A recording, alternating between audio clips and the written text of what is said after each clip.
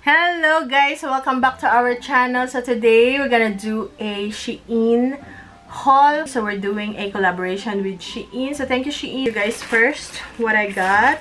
These are summer clothes. Summer is coming. Actually it feels like summer already. So one of my favorite brands on Shein is the Emery Rose. But my most favorite of all is MOTF. So this is what I got. Parang ano lang, very comfortable na dress with drawstring.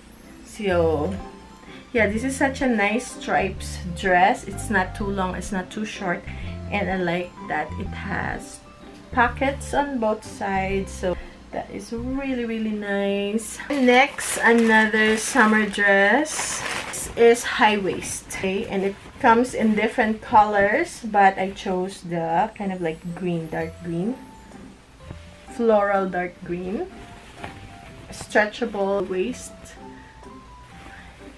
and it's short sleeves and v-neck. Oh, I love this dress. Nice. It's puff sleeves, dress, v-neck, and so ayan, below the knee. Very nice dress, very flowy and comfortable. Of course, MOTF is one of their luxury brands. It's really nice, guys. It's v-neck, sleeveless, so I need a shawl or something. It's a nice quality, definitely. Just one piece. Very nice dress. I love. We also got these shoes. Ayan, pointy. I think this is 2.5 inches or 3 inches, and it's strappy. Okay. Alright, that is nice. This is a nice flats. Ayan, cup toe, sling back shoes. Pointy black shoes. And that is the heels. I think it's 2.5 or 2 inches. There you go. So if you guys want to check it out, I'll link it in the description box below.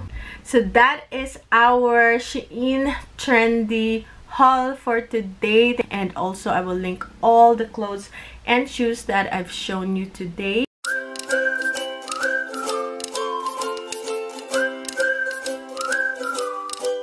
Hi guys! So ngayon, mayroon guys nagtatanong sa inyo, ba't hindi ko daw sinusuot yung mga bigay sa akin ng mga damit? Actually, sinusuot ko sila talaga.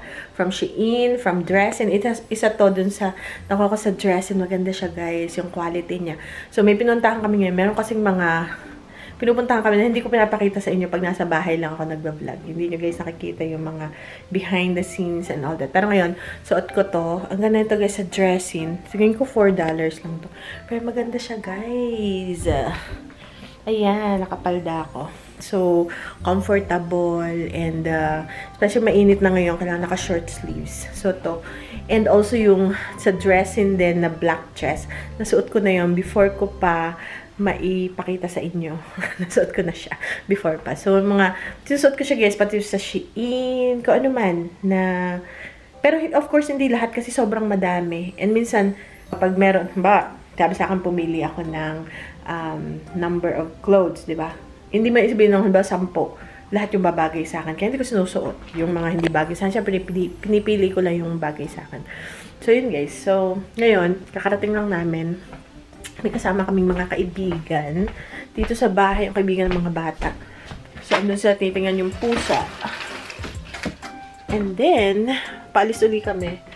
Kasi, for lunch, bibili na lang ako ng chicken. Yung lutong chicken. Fried chicken. Natamad magluto. Ayun. And then, andito lang tayo sa bahay.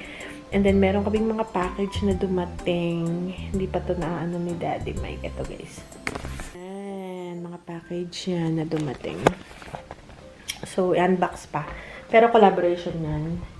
And, saglit lang kami. Hindi kami nagtagal.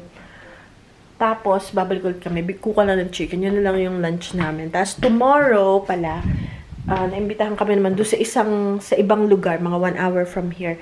Doon sa lugar ng aking asawa. Merong kaibigan niya nag-imbita. So, doon kami since morning hanggang gabi. And may mga bata, makikipag Meron mga bata doon, pati yung mga pinsan ng mga bata sa side ng asawa ko. So, naggawa ako ng mga gift bags ng mga bata. Ayan, mga 7 yung mga bata. So, nagawa ako ng gift bags. Ayan. Nakaano na yung isa-isa. May pang lalaki, may pang babae. Also, ito yung dadalhin namin dun sa, parang may lunch eh. Pero since morning kami may a-attendan. And then after lunch, doon na kami. Until, hindi ko alam kung anong oras. So, yan. Ito yung dadalhin namin na parang pagkain. Hindi namin alam kung ano yung dadalhin. So, chips na lang yan. At saka ito. So, para dadamputin na lang pag umalis kami. Tsaka yung mga gift bags ng mga bata. Yan lang yung happenings ngayon.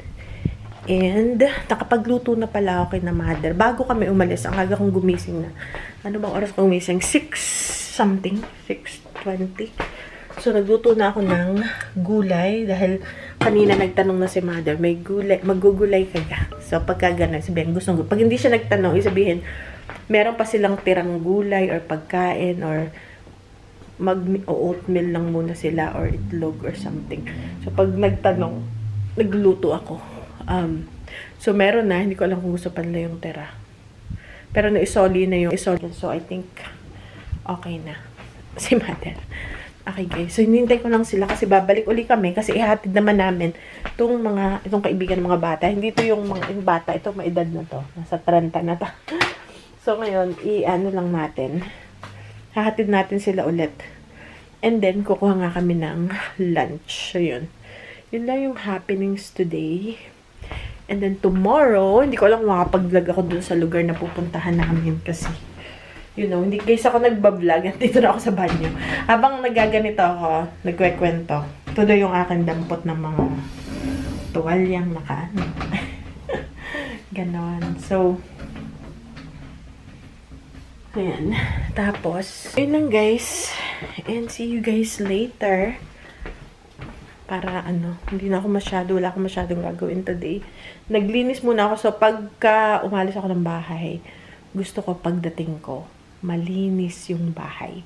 Yun yung pinaka-ano ko. Gusto ko yung simula nung nung ako ay high school, natutunan ko yun dun sa aking teacher nung high school. Sabi niya, especially pag may sakit, diba, minsan, pag may na-ospital. So, pag-uwi na yung na-ospital daw, yun yung example niya eh. Maganda rin na pagdating ng na-ospital, sa bahay, hindi yung madumi, makalat, ganun. So, natandaan ko yun. So, tuwing aalis ako, nililinis ko muna yung bahay. Gusto ko nakaayos. Kahit walang bisita, gusto ko yung nakaayos lang siya. Para pagdating ko, parang masarap yung pakiramdam. Gaya ngayon, nilinis ko siya. Pero minsan pag sobrang busy, hinaya ako na makalat, maraming tambak. Pero pag yung may time ako, napaaga ako ng gising, talagang, hindi naman yung linis na linis, parang inilalagay mo lang yung mga bagay-bagay sa tamang pwesto. Ganun. Yan. Kaya nito, gusto ko yung nakaano siya. Yung walang nakakalat. Ganun lang. Okay guys, sinintay ko lang sila. Meron din pala nag-comment. I-content na rin natin. Ba't hindi ka nag-aayos? Ba't yung t-shirt mo malalawlaw? Kasi nga nasa bahay lang ako lagi. Ngayon nakita nyo ako, medyo maganda yung aking damit. Kung di pa ako nabigyan ng damit, hindi gagana ang damit. Joke. Kasi nga, nasa bahay lang ako. Ang aking guys, nagbablog lang ako pag nasa bahay. Saka super simple lang talaga ako guys. Naku. Super simple lang ako. Mas komportable ako pag simple lang. Para ba yan? Laki-laki ng t-shirt mo. Pero okay lang. Ganun talaga. Kasi nga, iba-iba tayo. Hindi kasi ako komportable yung laging nakabiste. Maliban ko talaga aalis yan. Nakabiste tayo. Pero kung sa bahay lang, ako, ano lang yan, t-shirt lang, nagabot. Okay, nag-dusting lang ako ng konti. Okay. Hintay ko lang sila talaga. Hinihintay ko lang talaga sila. Kapag dusting na rin tuloy.